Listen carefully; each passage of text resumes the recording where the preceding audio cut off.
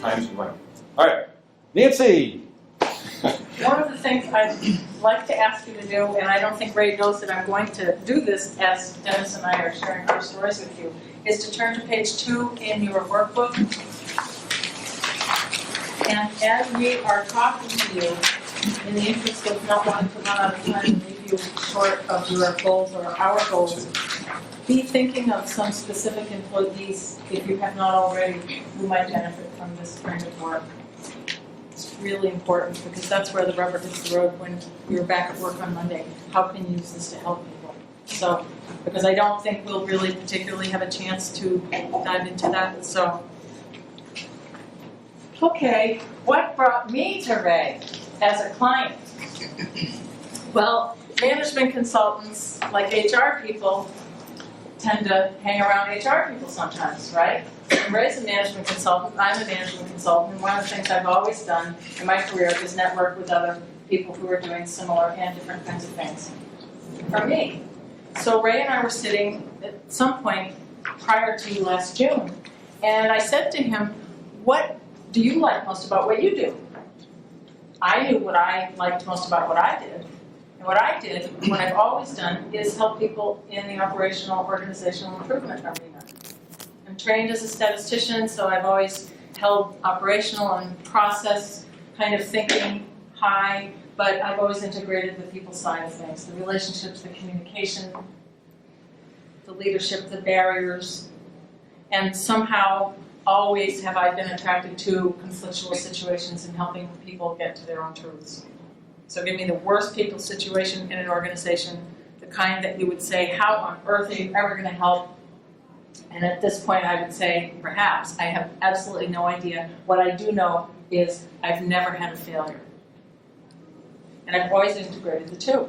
I've never been able to be in a job where the job is to do from A to B, A to B. My mind is wired so that I'm thinking, okay, how can I improve this? How can I make it more efficient? How can I make it more effective? How can I help people feel more fulfilled? How can I increase the productivity through that? How can I satisfy the outside customer? It just never stops. It's exhausting. But how did I get to Ray for this work? I am listening to him talking about core themes, and he says, through all the years, after all is said and done at this point, this is what floats my boat the most and has sustained me. And he's talking, and I remember saying, I should be doing that work with you. Because I wasn't fulfilled and satisfied in my work. I was bored. I thought I was burned out. I thought I needed to change my career. And at that point, I had done a lot of healthcare consulting.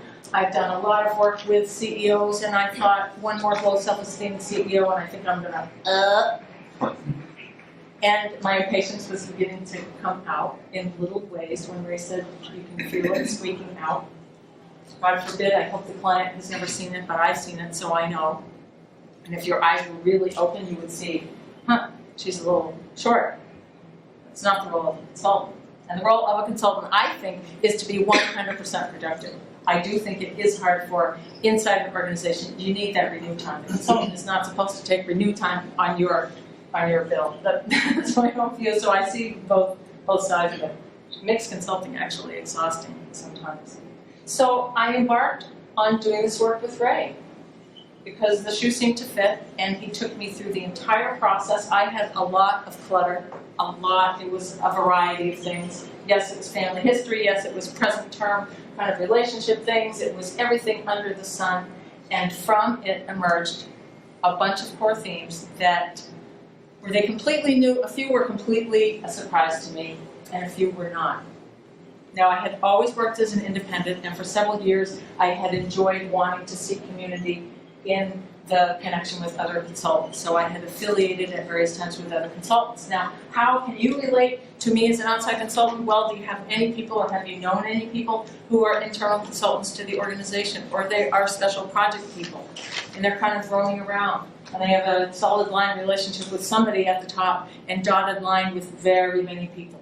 When I've worked internally in an organization as a consultant, that's the kind of role. I was servant to everybody and master of none, and had quite a bit of authority, but nobody reporting to me. But I was responsible to help really shift a big ship and turn the thinking about how to think about business. How can we create a culture of improvement? So when I came out of the gate, having done the work with Ray, I was also blessed to be immersed in 2 consulting projects, one of which should have been a failure and wasn't, and the other one should have been a success from the organization standpoint, but from my own standpoint of satisfaction. This one should have failed, and it was a wonderful success. This one should have been a wonderful success, and it was mediocre. And what I realized in such a moment of clarity was it all had to do with my core themes. Every bit of it. So now, when I'm seeking consulting engagements, I make sure that absolutely I'm working in a positive environment with upbeat people who are smart. I have to. If I have people who are, God bless them, I'm not making a moral judgment, but people who, I don't know, who are, somebody needs to clean the roof here from the seagull dung. I saw a seagull out there. Well, somebody has to do it. And there is somebody who it's okay for them to do it, and they don't mind doing it. I can't work with those people in a process improvement arena generally for very long. I do have a lot of patience, but when it starts to go, I'm just not satisfied. I have to have an impact from the top. I have to have a lot of variety. I do a lot of different consulting in education, municipal government, healthcare. Right now I'm immersed in the automotive industry. Have to have a lot of different inputs to make me feel nourished and renewed. The kind of person I am, how I am personally wired, I need to have rigorous exercise. I'm a runner, I do it for the mental, emotional, spiritual. I've done it for years and years and years. It's part of who I am. I just have to do it. I can't not live a life without it. What else do I need? Oh my goodness. I think that really is it in a nutshell. And one of the things I'm encountering now is the work that I'm doing in the automotive industry is causing some of my core themes to fall short of being fulfilled, and it's a struggle. I need to be in an environment where, yes, I have an impact from the top down, and there's an urgency about the work that I'm doing to help the organization. And the particular project that I'm doing with this mega brand of General Motors is that there isn't an urgency on the part of the client that I'm working with, and I'm actually working with certain dealerships to help them improve. And I came with a package, and if something comes with a package, you buy a digital camera and it's got a case and you don't like the case, you get a different case. It came with a package, but you might not use it. So it came with a package, and some people don't have a sense of urgency. They're beginning to, which is beginning to fulfill me a lot more.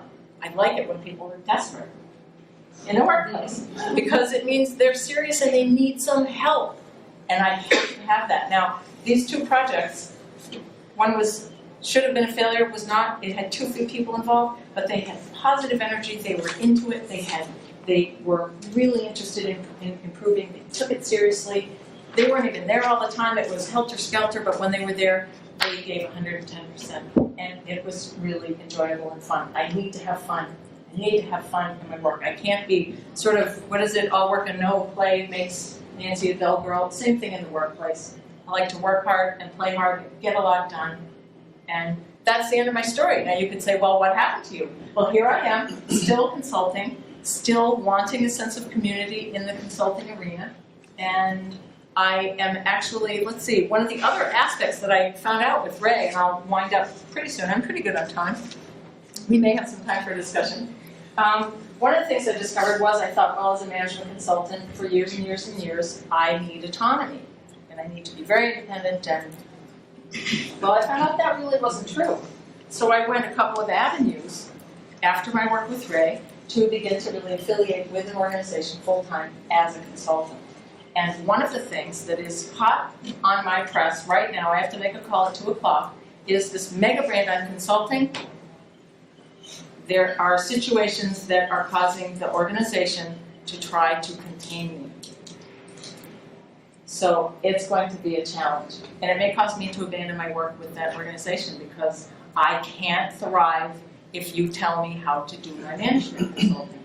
I'm a very unhappy camper if that happens. I do a great job, I'm doing a great job, but they have rules, they have a lot of consultants, so there have to be policies and procedures that you're used to and I'm not objecting to, but yes, I want an exception. So we'll see if I get it. I probably won't. And the awareness for me of my core themes and what I need to do to satisfy myself in the workplace has been fabulous. Because even when I'm not contented, I can understand why, and then I can take responsibility to shift it and do something about it. I do have choices. So that's the end of my story. Thank you, and now Dennis, you're up. Unless you have any thoughts or questions or would like to say them to the end, it's all what you would like. Dennis, you need to